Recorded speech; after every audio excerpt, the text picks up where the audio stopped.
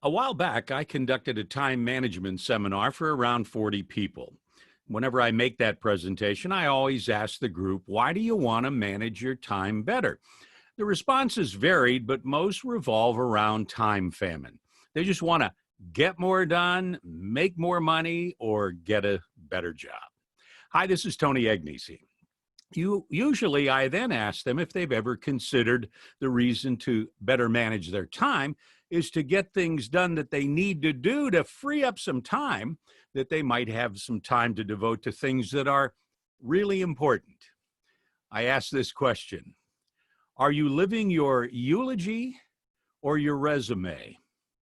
Usually there are a few confused faces because it's a question many have never ever considered before. A Huffington Post article a while back talked about redefining success beyond power and money to include our well-being, wisdom, and our ability to wonder and to give as part of the equation as well. They call it the third metric. Now, when we remember someone who died, we rarely talk about money and power achievements. We talk about the quality of their character, what they believed in, how they treated people, or their strong faith. We don't recall the number of Facebook friends they had or the number of times they reviewed the sales figures or that they never missed a reality show. We remember things like Joe was a good husband, father, and friend, or Mary really cared about the poor and the less fortunate, the sick and the aged.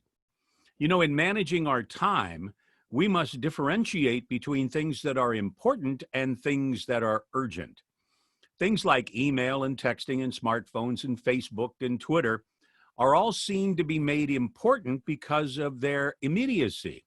It causes us a false sense of urgency. Just because they're urgent doesn't make them important.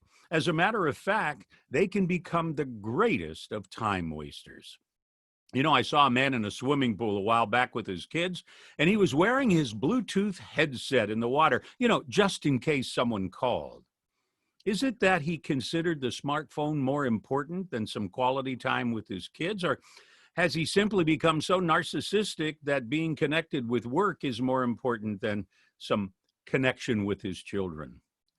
Teens will text their friends hundreds of times a day instead of getting on their bicycle and spending some time together, eye to eye. What would happen if we talked to a fellow worker face to face instead of texting them? What would happen if we took half the time we spend on Facebook and visited someone in the hospital, a grandma at the nursing home, or serving some food at the local shelter? We would be living our eulogy instead of our resume. We would be defining our success by this third metric of well-being and wisdom and our ability to wonder and give back. Catholic author Matthew Kelly often speaks of the goal of becoming the best version of yourself that you can. Isn't that what our Lord is asking of us?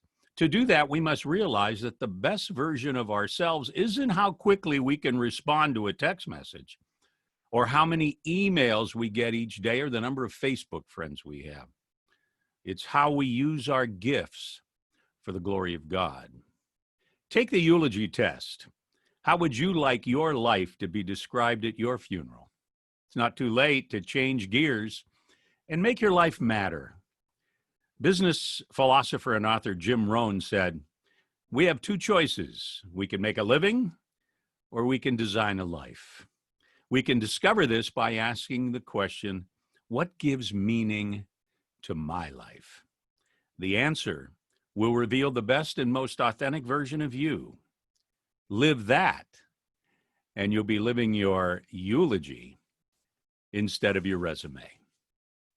If you enjoy these reflections, we post 2 new ones each week on Monday and Thursday. You can subscribe on Facebook and YouTube by clicking the subscribe button or the like button.